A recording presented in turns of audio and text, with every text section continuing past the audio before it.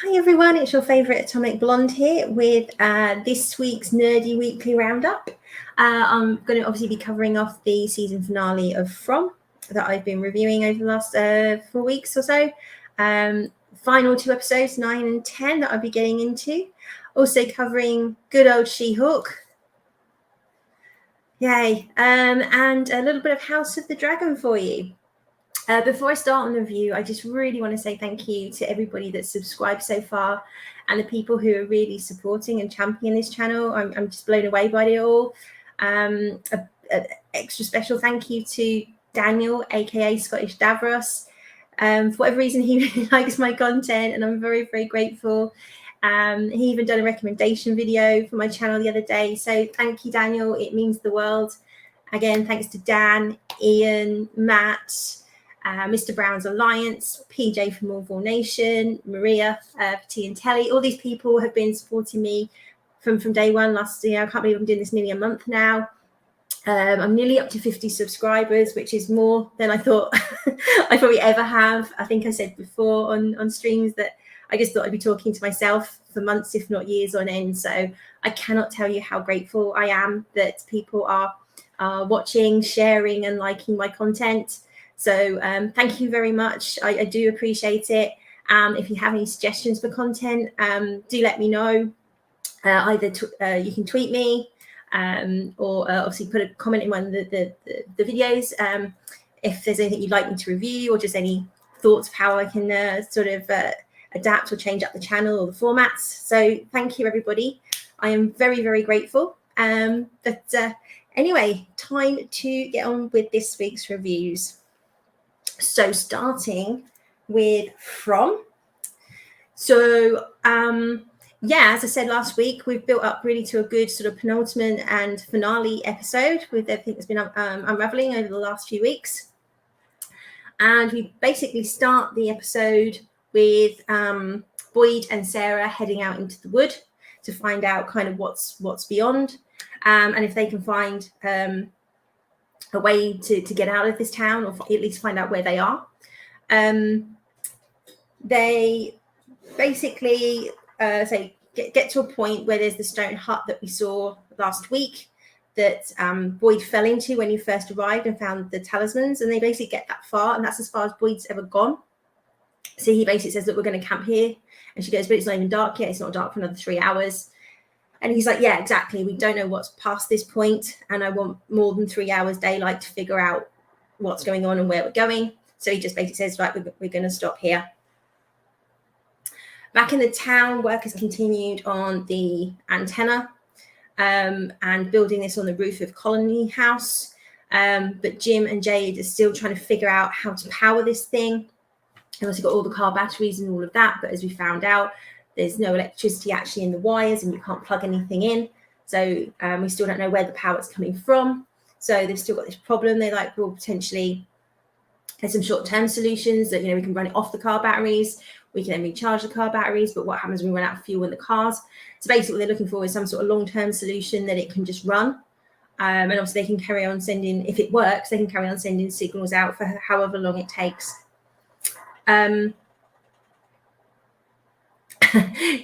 Jim and his family and Tabitha are still digging this blooming hole in their basement. And we see various scenes with them sort of talking about this hole and digging this hole. But there's a whole piece around the family and how this town has got a bit of a dichotomy to it. So the family, sort of the husband and wife are kind of patching up their marriage. They're closer as a family. They're closer to the kids. The kids are saying, well, you've got more time for us. We actually talk to each other. We listen. We play games. Actually, as a family, we're kind of happier here than we are in the outside world.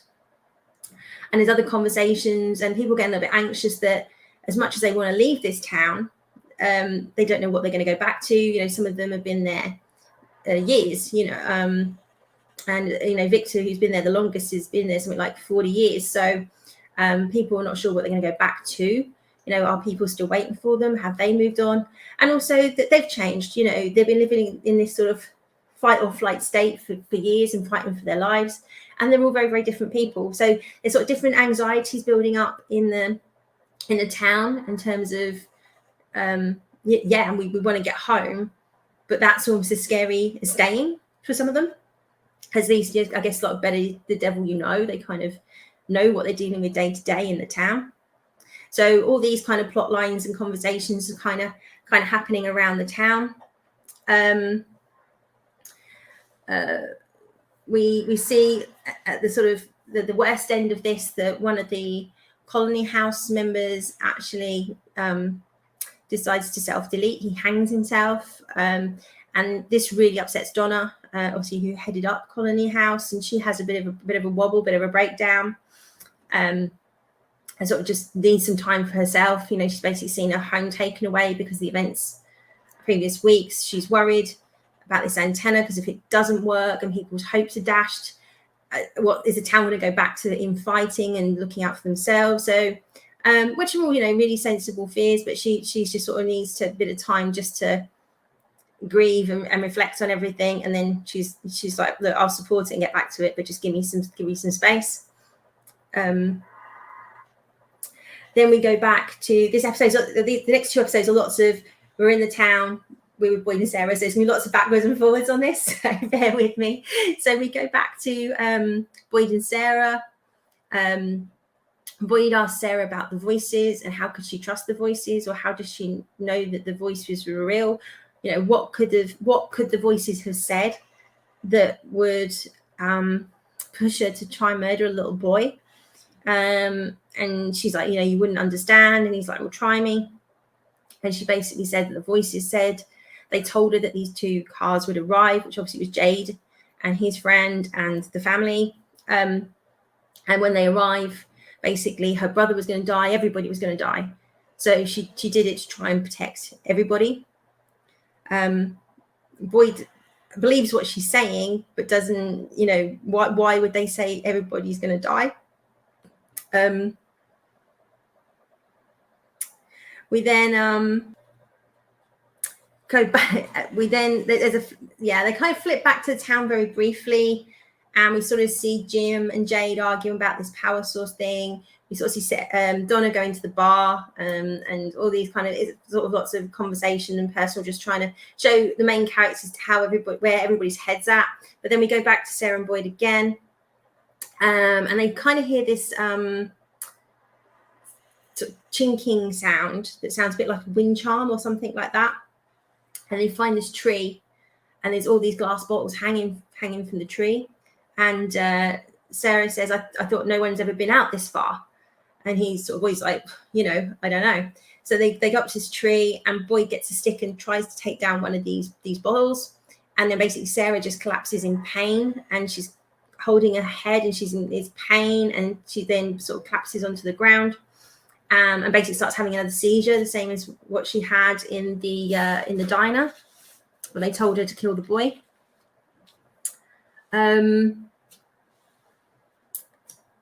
Then we see sort of Kenny talking to Christy, the EMT, and they've always set it up that Kenny clearly has a crush, or he fancies Christy, but obviously we found out that Christy's engaged to a woman in the outside world, and basically he's talking to her because she didn't realize how close she was to the guy that hung himself, and she was like, well, basically I was his doctor, he had a condition, so you know we were quite close, I sort of see him quite regularly. And they just basically sort of say to each other, look, if this doesn't all work out, the antenna and stuff, or we ever feel really low, or that, you know, basically we want to check out, they sort of basically promise that they'll speak to each other and get help, get support, just don't check out, basically.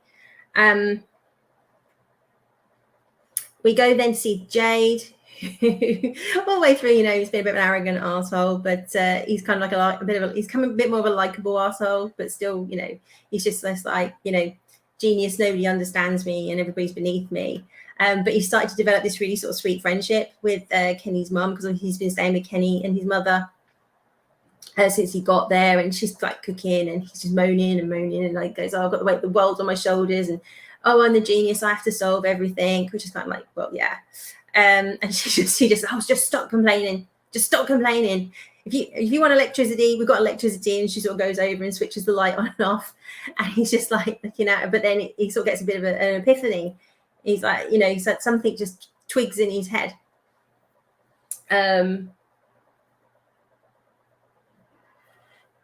We then go back to Boyd and Sarah. He's basically pitched up the tent. He's brought her inside, and she starts to come around. And he was like, "Oh, I didn't think you were going to wake up at one point." So quite a bit of time elapsed. Obviously, they've got the talisman inside the tent to protect them.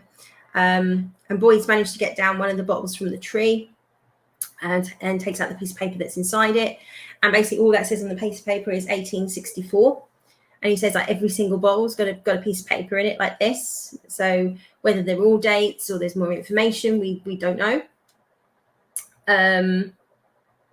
And Sarah basically says that the voice that she heard is different to the voices she's heard previously, and it's a woman's voice. And the woman was saying that she was wrong, and there's worse things out there than the monsters in the town. And tell Mr. Fish and Loaves I was wrong. And then basically, and she goes, I don't understand what that means. And he sort of goes to say something, but then the tent's attacked. And the tent sort of starts to, they sort of see it like it's moving or rolling, and they're sort of tumbling in there. And then we hear this, and it sort of goes on for a few minutes, and then they stop. They scramble around, find the talisman, make sure they get the talisman hung back up. But then we hear this kind of like foghorn, and there's this light, like a sort of passing light. And then it cuts back to the family digging this hole. And then they finally get to the bottom of this hole. They kind of hit something solid. And that's kind of pretty much the end of episode 9. So I think it's kind of teed up that some things happened to Boyd and Sarah. They've been moved. We don't know where. And we've got this noise and this light. We've hit the bottom of this hole. And Jade's had an epiphany of how to power everything. So the final episode starts with Jade in typical style. He bounds up to the family's house and banging on the door and bowls in and basically explains to them he's solved the power problem. And what he's found out is, because obviously there is a power source coming out of the lamps, because that's, and certain things, because that's how they've got power. So what he'd done was take a hairdryer out of so one of the cars or out of one of the storage, and basically any appliance that's been brought into the town. He sort of strips the wires, goes in, takes a lamp, unscrews the bulb, puts the wires from the hairdryer in, screws the bulb back on, and then turns the lamp on, and then the hairdryer works. So what he's basically saying is that if we can get enough wires and lamps, we can basically turn Colony House into one big battery. And then it sort of cuts to Jade explaining this to everybody in the town, in the diner, and basically that we need to get as many appliances, wiring from cars, anything that's not from the town, and strip out all the wiring to build this one sort of giant battery. We then cut to Christy and Kenny being in the old abandoned ambulance, stripping out the wires, because I say it's probably got the most wires in it because of the type of vehicle that it is. Kenny has this lamp that he had from college. It's like a lamp with a globe on it, and he's just basically knowing the story that you could open the globe and stash things in there, because when he was at college, his college roommate was a klepto, so if he needed to hide anything, it went in there. And she's like, "Oh, what's in there now?" And he says, "Oh, there's a list." He goes, "Ever since I've got here, I've been making a list of places that I want to go when I get home, or if we get away." So she asks to see the list, and she starts reading out names, and then like Iceland catches her eye. She says Iceland, and he's like, "Oh, have you ever been there?" And she's like, "No, I've never really been anywhere, just sort of kind of like my hometown in here." And he's kind of, "Oh, well, if we get out, or maybe you could come with me." Which kind of goes down like a lead balloon. She basically obviously reminds him that she's engaged, and kind of straight away friend zones him, and he just obviously gets really embarrassed. He goes, "Oh, I'm going to take these wires up to the house," and goes off, and she looks really like, oh, guilty for doing that, because obviously they've been best friends for years. Sarah and Boyd, we cut back to, and they're sort of walking in the direction. There's a bit of dialogue that explains they're walking in the direction that they saw this light coming from, and where they think they've heard this noise coming from. Sarah's like really anxious because of what the voices told her, and says that we need to go back. And Boyd's and all around the tent and where they're walking, there's like cobwebs everywhere. So I'm like, oh, you know what's coming. And Sarah asked about this Mr. Fish and Loaves again, and he basically explains that only it was his nickname and only his wife and son would know that. So she sort of goes to say, well, is the message like, you know, and he's like, what, for my dead wife? And gets like really, you know, obviously upset about it. And she's like, well, I don't know, you know. Then he hears a woman crying for help, and he sort of runs off in the direction of that. And he's like, can you hear that? And she's like, hear what? So he can just hear this woman crying out. Sarah can't hear it. Kind of fights his way through these cobwebs, or webs, because it's all sticky. And I'm like, oh. And you basically see his wife kind of cocooned in webbing, and he kind of reaches out to sort of help what he thinks is his wife, and then she just disappears, and then all these big horrible black spiders come out. Yeah, I'm sort of sitting there trying to watch it. As you might gather, I'm not a big fan of spiders, and it's just gross. They're running up and down his body, and he takes his t-shirt off, and he's got one on his stomach that's biting him, and he pulls that off, and he's got one on his back. And kudos to Sarah, she just goes, I mean, he'd be dead if it was me. I'd be like, yeah, sorry, I'm out of here. So, sorry, Boyd, thanks for your help. So anyway, he sort of does all that and gets rid of the spiders, and puts his t-shirt back on. Then I think, yeah, and then we sort of see them carry on walking for a bit, and then Boyd sort of kind of starts to sort of lose it a little bit. He's getting really anxious and angry, and he's saying that there's no way to get out of here. This place just gives you hope, or false hope, and then it whips it away from you. We're never going to get home. And he's sort of unraveling a bit, and Sarah's like, you know, what are you talking about? What's wrong? And he's like, I don't feel right. I think it's the spider bites. I feel wrong. And then we sort of see it really darken over, like there's a storm coming. And Sarah's like, well, look, we've got to keep going, because he's a bit like, oh, leave me here. And she's like, no, we're going together. We're not far now. And we sort of hear the noise again, and they sort of go off or keep walking in the direction. Then we cut back to the town and colony house, and they basically finished the antenna. And they get up on the roof, and they're basically ready to switch on the antenna. And you can sort of see this storm is rolling in as well, so they need to work as quickly as possible.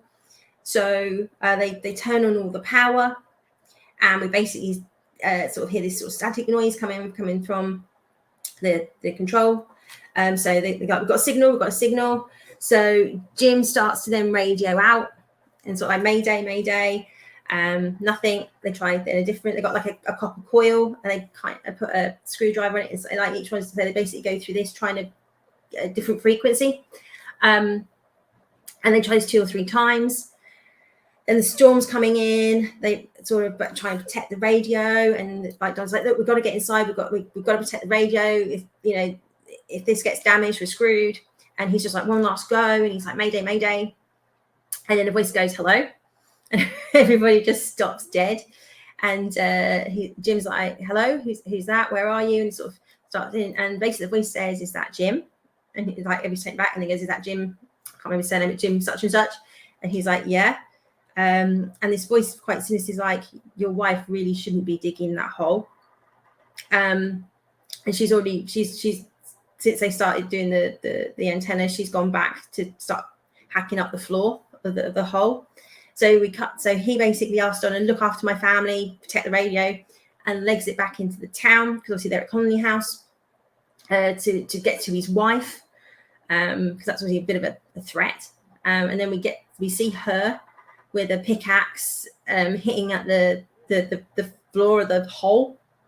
And basically, almost like just one strike, there's almost like this sort of rumbling and almost like a bit of an earthquake. And then the floor just gives way, but it also gives way. So the floor of the living room goes, and it goes all the way down, like this really, really deep hole. And she falls down into it. Then we see a flashlight coming towards her. She gets up, sort of brushes herself down, and the wire that started all this is just sort of hanging there. It's not plugged into anything. It's just hanging there. And the flashlight, the person is basically Victor, who obviously we've not seen since he went missing after helping Sarah. And he basically says, "So come on, we've got to go. It's not safe down here." And she's like, "Well, what do you mean? What do you mean?" And he's like, "This is where they sleep, and this is where they tell stories." And they're kind of in a cave, and he shines his flashlight on the walls, and there's all these sort of pictures drawn on the walls. He goes, they tell stories too, because obviously he does his drawings of events, and there's all these huge drawings of events on the cave walls. And he's like, "Come on, we've got to go now." And just as the sort of bit more of the floor falls in, he sort of drags her away. And obviously Jim's got there sort of just to see the hole, and he kind of calls out for her, and but there's no reply because she's gone with Victor. We then obviously cut back to Boyd and Sarah, and the storm's obviously hitting where they are. It's absolutely torrential. They basically struggle, and they see they basically get to this ridge, and they look over it, and this is where the noise has been coming from. And you basically see a lighthouse. There's a lighthouse there, and that's obviously what that intermittent light, and that's where the sort of foghorn's been coming from as well. But with the weather, they can't get any further. So they're like, "Well, we've got to find shelter." Sarah sees the boy in white that only Ethan and Victor have seen up until this point.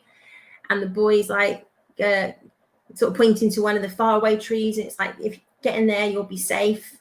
And he's sort of saying to Sarah, like, the place is angry. The place is fighting back. So Sarah basically gets Boyd down to one of the trees, and she pushes him in and says, "I'm literally right behind you." And then her voice gets cut off.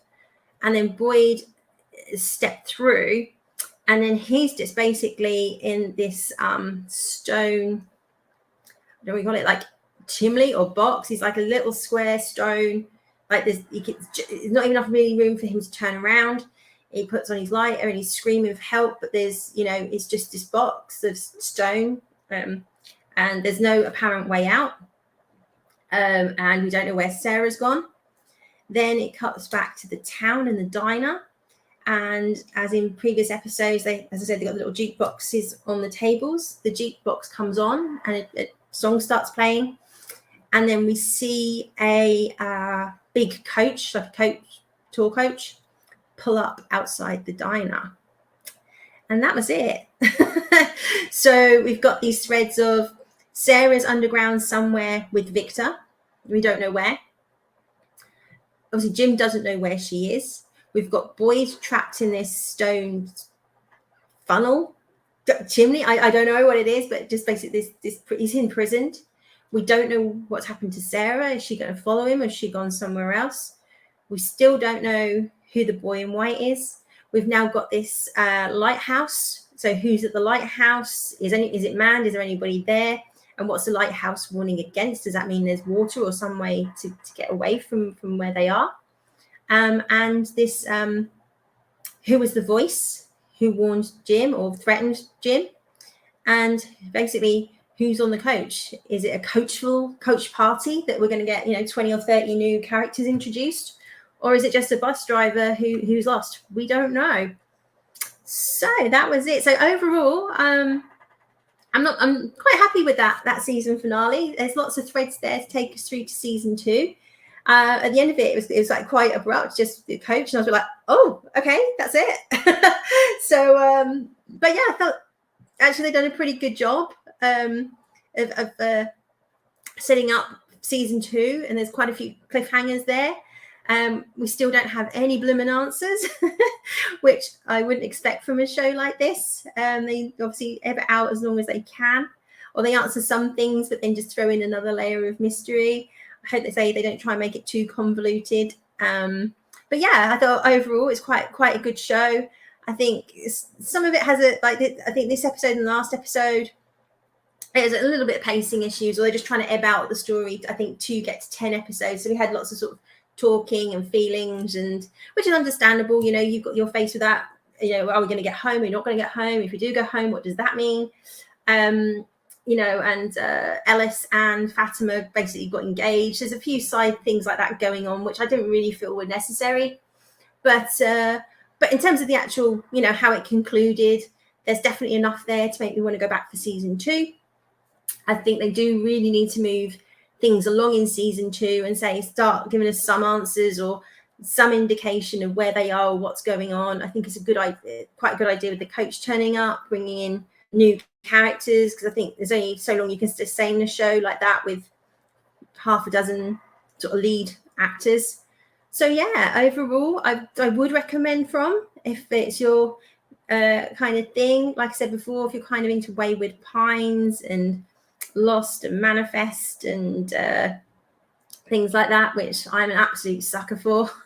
I thought, I should learn my lesson with Lost. I mean, that's absolutely the most woeful ending and the waste of 7 years of my life. I've never been so angry at a TV show in my life as I was with Lost, but it still doesn't spoil my enjoyment for these things. I can't help it. So we have got Manifest season 4 coming soon. We haven't got a date from Netflix yet, but I'm hoping it's this year. It might be early next year. But once we kind of get a date, I'll do some videos on Manifest and bring you up to speed what's happened in seasons 1 to 3, and hopefully make some guesses about what Earth is going on there. But yeah, do check out From. I think if you like that kind of genre, you'll like this show. The characters are quite well written. We learn the dynamics quite quickly. There's not really anybody who's massively annoying or obnoxious in it, which is good. I think that all the characters are quite realistic in that sense, and they're all quite different. So there's quite a good balance. So yeah, go check out From. Oh dear, She-Hulk. Episode 2, She-Hulk. Well, I think the only positive thing I can say about this is it's not as bad as last week, but that's not really saying much. It's all about, it's just really a nothing burger, this episode. Nothing really happens of any major consequence. It doesn't massively move the story forward. There's still some absolute cringe dialogue in it. And I think part of the problem is that these Disney shows, I mean, this basically got like 20 minutes. Once you kind of had the recap and the intro and the end credits, you pretty much got 20 minutes to tell a story. It really isn't enough to move anything forward. So the writing, the dialogue is just still cringe. They're not leaning as heavily into the female empowerment thing, but we do get a comment from her, the old She-Hulk, how she's just a derivative of the Hulk, and how offended she is by that. So this whole episode basically, in a nutshell, is she gets fired from her job for turning into She-Hulk at the trial. Everybody says, oh, no, you've done the right thing. You save people, but basically you're a liability. We had a strong case and we've lost the case because they've managed, the opposing counsel have managed to get a mistrial because of her turning into the Hulk. So they basically had to let her go because of that. Then you've just got, her applying for lots of jobs, and in every interview basically told, no, we can't take you on because you're a liability and we can't have you hulking out. And, so it's lots of her feeling sorry for herself. I guess understandably, she done the right thing. She saved people and now she's a bit of a pariah. But, this is kind of stuff that Bruce tried to warn her about. And obviously she took no notice whatsoever because she knows better. And then she's in a bar feeling sorry for herself. And a guy walks up to her, and it's basically the prosecution. So the trial she was doing, it was her opposite counsel comes over, who is representing the Abomination, and says he wants to offer her a job. And she's like, really? And he's like, yeah, I'm basically setting up a new department, and I want you to be head of that department. And she goes, yeah, I'll take it, without hearing anything about what this job entails. And then she does a whole, but you have to guarantee me, I want this one thing. And he's like, yeah, because I want to pick my own paralegal. And he's like, yeah, whatever, I don't really give a flying doodah who your paralegal is. Which again is like, come on, you've sold it that she's this really intelligent woman, good lawyer, and that's the one thing that she insists on, is picking her own paralegal. It's like, okay, well, on your head be it. You've asked Jack about what this job entails, so whatever happens, happens. So she turns up to work on her first day, all kitted out, lawyer style. And basically, the first thing that he tells her is that she's going to be heading up, obviously, a special division that represents sort of superheroes and, I guess, supervillains and anybody with powers. But that means she's basically got to be She-Hulk around the office, and she needs to do everything as She-Hulk, which she then gets all offended by. And then she's in her office with her paralegal, who is her best friend from the previous episode in the court, who's her number one fan, who's always saying, oh, yes, I'm amazing. So anyway, so this, I thought the biggest irony of ironies, bearing in mind this is written by Disney, she's standing there moaning, going, oh, I'm a token hire. I can't believe I was only hired because I'm a She-Hulk. And you're just like, yeah, because Disney wouldn't token hire anybody, would they? I just couldn't believe it. Could not believe the irony in what I was hearing. And I think, the wine mums that write this have no idea what they wrote. So I'm just sitting there going, oh my days, you lot are just, you just don't see it, do you? Anyway, so we had this really cringy dialogue about her complaining being the token hire. And then she's asked basically to take over the Abominations case. That was the guy she was prosecuting. He said, well, you had a really good solid case that would probably put my client, so I want you to defend him. She says she has a conflict of interest because obviously the Abomination tried to kill the Hulk, her cousin. And he's like, yeah, I know about that, but that's fine. And he basically turns around and says, look, if you don't take this job, we're going to fire you. So she doesn't really have a lot of choice. She goes to visit him, and it is played by Tim Roth again, from the original film, The Incredible Hulk. And he sort of spins with this whole, he's a reformed character. He's got into like sort of, I know, he talked about namaste, so sort of mind and body and soul, and he chooses now not to turn into the Abomination, and that's not him, and he's completely changed his personality, and sort of feeds her all this line kind of thing. And you see her on the phone to Bruce as Professor Hulk, as he has been all the way through, basically just talking at him, and he can't get a word in edgeways. And she does this a lot in this episode, and she just talks at people because she doesn't really want to know what their answer is, because she's always right anyway. So she's just sort of, no, and he's like, yeah, no. It's just, again, cringe. And it's just basically to get to the point where he's like, well, so you want to take the case, or you're going to take the case? And she's like, yeah, I'm going to take the case. And he's like, yeah, that's fine. He wrote to me a couple of years ago saying sorry, and he wrote me haiku, and it's all water under the bridge. And then they go on about, they make such a funny line of, I can safely say I was a very different man back then, because obviously the Hulk was played by different actor, Edward Norton, and not Mark Ruffalo. So hilarious. Yes, referencing as a different character. Amazing. And then you basically see Bruce sort of saying, yeah, I've got something to go sort out. You won't hear from me for a bit. And then he sort of pulls away, and he's on the spacecraft that run them off the road in the previous episode, and flying off. And I think a few people have sort of said this is setting up World War Hulk. So I doubt we'll see Mark Ruffalo in it again, maybe season finale, but maybe not, because obviously setting that all up. God help us. And then right at the very end, it's on the news, you sort of see that there's some secret footage of some fight going on in some underground illegal fight club. And it's basically the Abomination fighting, and because he's escaped custody. So, everything that he said was basically a lie. Shocker. And it kind of ends there. There's a bit of, there was some stuff around her going to her family, who... she's supposed to, be this lawyer. And I'm not saying you have to be rich to be a lawyer, but because she goes on about student debt a lot, a real lot. I mean, and given what's going on in the news in America at the moment about writing off student debt, seems a bit of a coincidence, but anyway.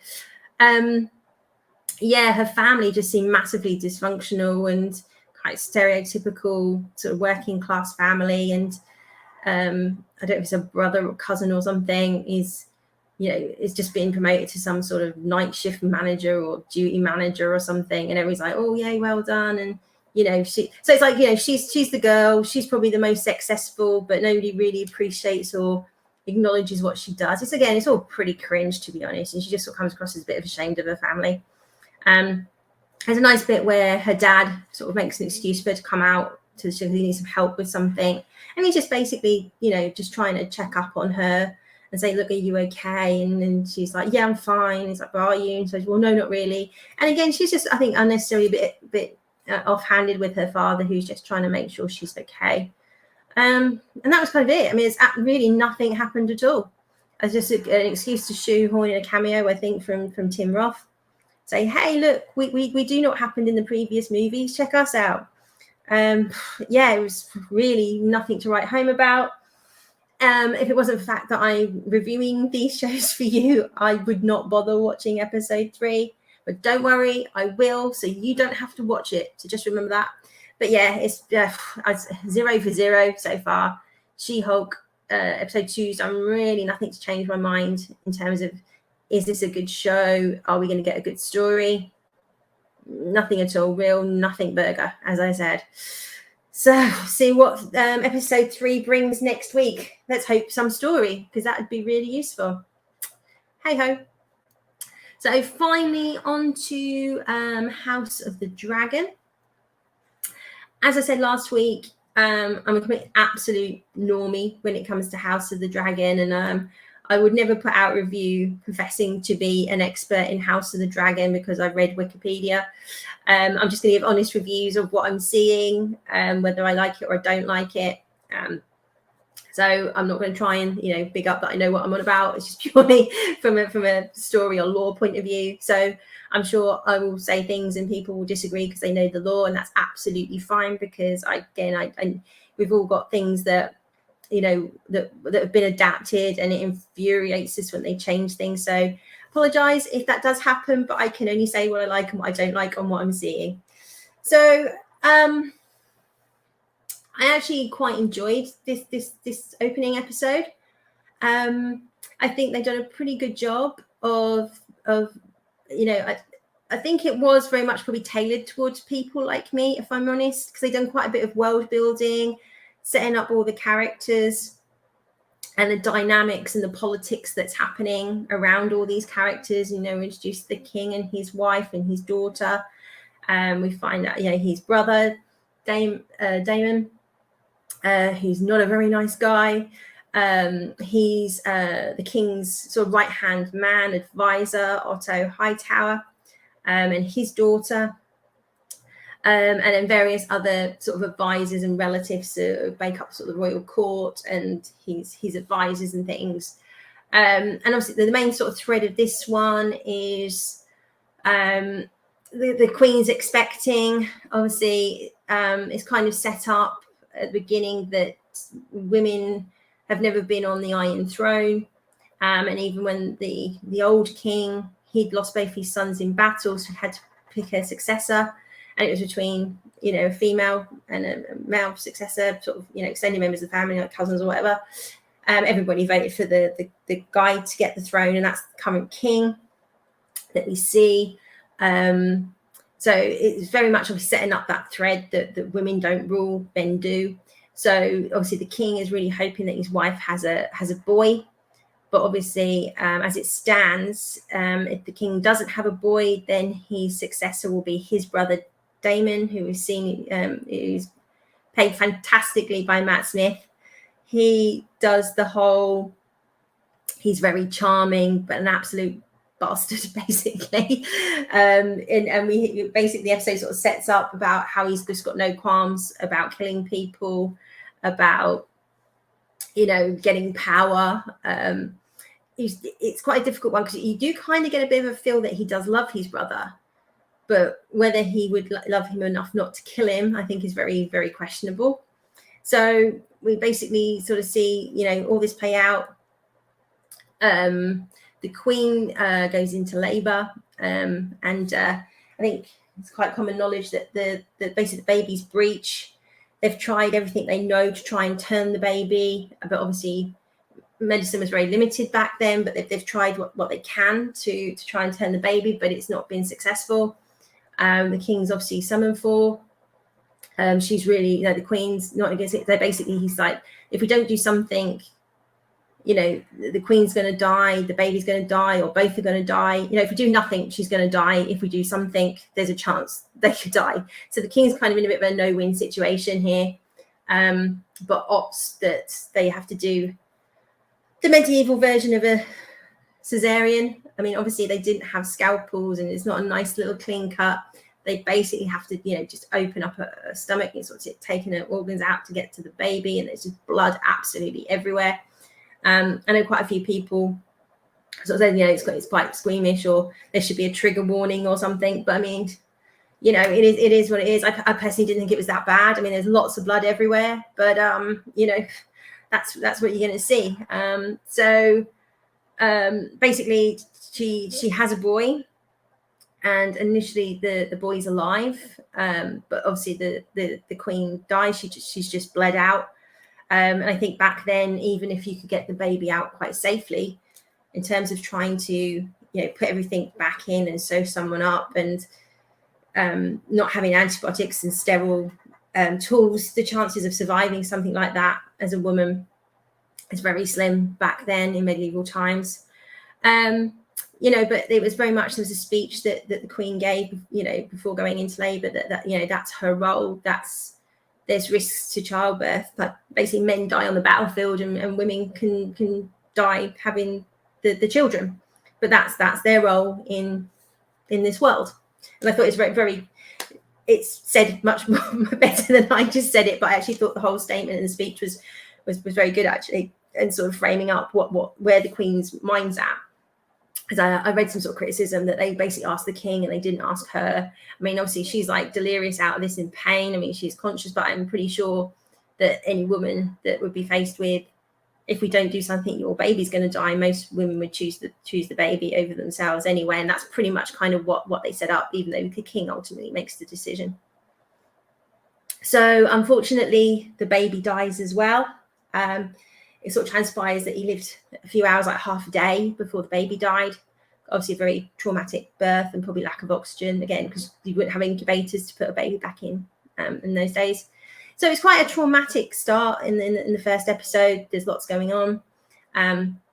We see lots of scenes with Matt Smith's character, basically showing, just how he just does what he likes. He pushes the boundaries as far as he can go because he is the King's brother. See how much he can get away with. You see him hiring out basically a brothel and taking all his troops there and basically sort of running amok. He has a band of warriors, who I guess are kind of like the closest you had to police back then. And they do this raid on town. So anybody that's done anything wrong, they're just going around, so if you've stolen something, they're chopping off hands. If you've done a certain crime, they're just beheading you. There's one scene where they're like, is this the rapist, I should say? And they basically get this guy and he's held, and, there's a knife, and you just sort of see this going on. It just chucked down on the side. So he's basically cutting his balls off. It's pretty grim stuff, but it's really doing a great job of setting up Matt's character in terms of he's very, very ruthless. He's about power. And like I said, at this stage, we're not really sure how far he'd go to get the power with his brother. Say we see his advisors, Otto, who's kind of the King's right-hand man. But after the heir dies, the baby, pretty much, I think, the next day, or very soon after the death, he's there with the council, if you like, and they're all like, well, you need to name an heir, which is currently still will be with Daemon. And also the King actually just sort of loses it, quite rightly, just says, like, my wife and son have just died, and like you're basically circling like vultures, just wanting to know who's going to get what. He refuses to answer and leaves. And it's basically sort of set up. So, as I said, he does have a daughter. She's 8 or 9. And he basically decides that she's the heir. And this happens basically after his brother just pushes him too far. He was overheard making a comment about the heir and how long he lived, or he was ruler for half a day, or he says something very, very tasteless. And the king confronts him and says, like, did you say this? And he's like dismissing it, or like, did you do this? And he's like, yeah, I did. And he basically banishes him back to his kingdom and go back to your wife, who obviously he doesn't spend any time with and he's cheating on all the time. Basically doesn't want him in his sight, which then leads him to naming his daughter as heir. But what we see before leading up to it is a couple of things. Again, I think, with anything that's related to Game of Thrones, you're going to get gore, and you're also going to get some uncomfortable things. And there's a bit where it's kind of set up that Matt Smith gives a necklace to the king's daughter, his niece, and the way he kind of does it, and he's a little bit tactile, and it's a little bit like uncomfortable of that sort of over familiarity between an uncle and his niece. So I think there's a little bit of setup there that potentially you could see him, murdering his wife and marrying his niece if that meant he gets to be king. I don't know. Like I say, I've not read the source material. I could be wildly wrong, but just the whole dynamic between him and his niece was a little bit uncomfortable, shall we say. And again, we saw, she's kind of got a best friend who's Otto Hightower's daughter, who again is the same age, sort of 8 or 9. And Otto basically sends her to the king's chamber, said, I think he'd like some company. I think he'd like someone to talk to. And she's like, oh, okay. And he goes, yeah, put on one of your mother's dresses before you go, make yourself look nice, kind of conversation. Again, very cringe. So he's basically sending his 8-year-old daughter to hopefully catch the eye of a grieving king. So, this stuff went on back in those times.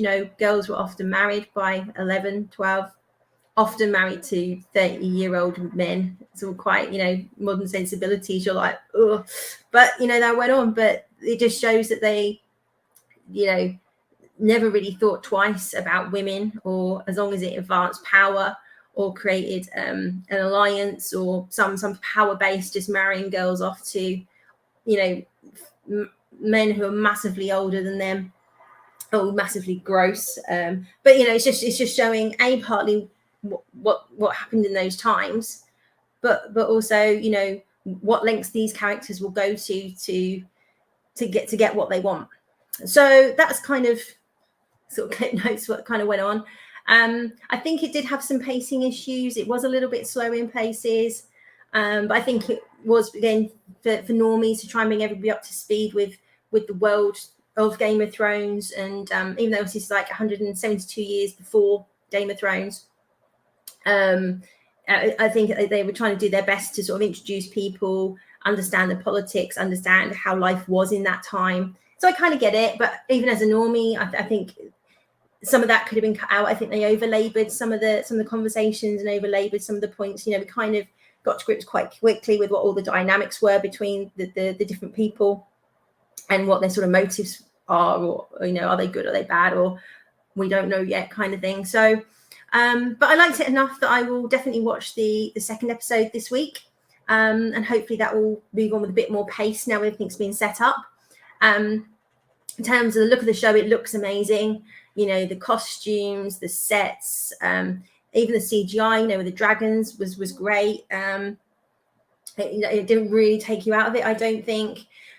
People have different views on CGI, I know, but given most of it, I think it is real effects. It looks like they're in actual locations.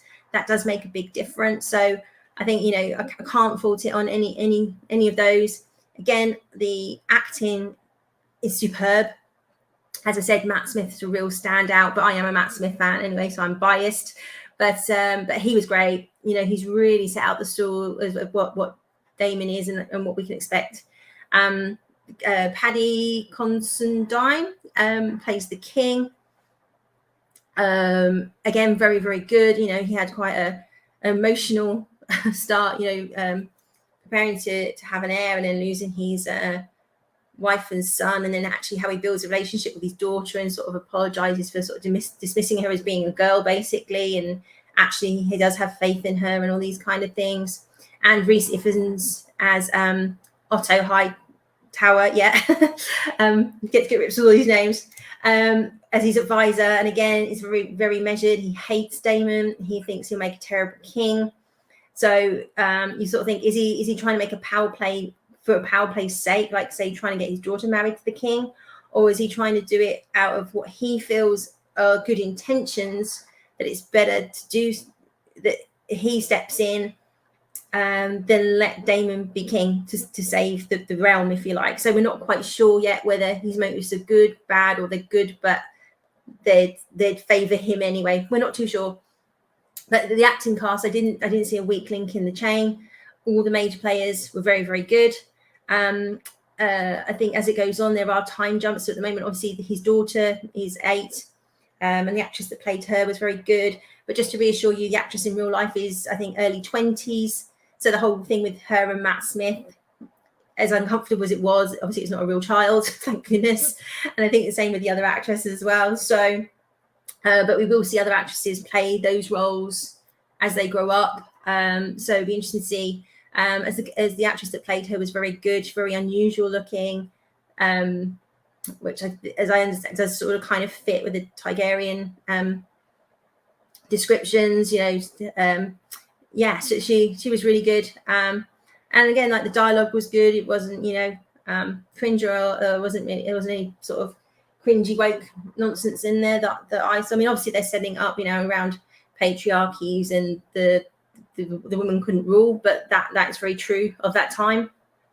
Obviously women were never meant to be queens until Queen Elizabeth, sort of thing. So and I get this isn't real world, but obviously they sort of reflect the politics of that era. So so I think it all works. They do need to pick up the pace. I don't think they need to labor it like they did. So fingers crossed, if we get a good 2 or 3 more episodes, I'm definitely in for the long haul. And I'll continue to review it on this weekly update. Again, as I said, with She-Hulk, if there's a particularly standout episode that I really want to go in depth on, I will do a standalone review, as well as it being on this one. But otherwise, it will be included in the weekly roundup. So some good things this week, some dire things with She-Hulk. God help me. Also, I think we've got Andor coming up. Again, I was quite interested in that until the showrunners all started opening their mouths and coming out with complete nonsense.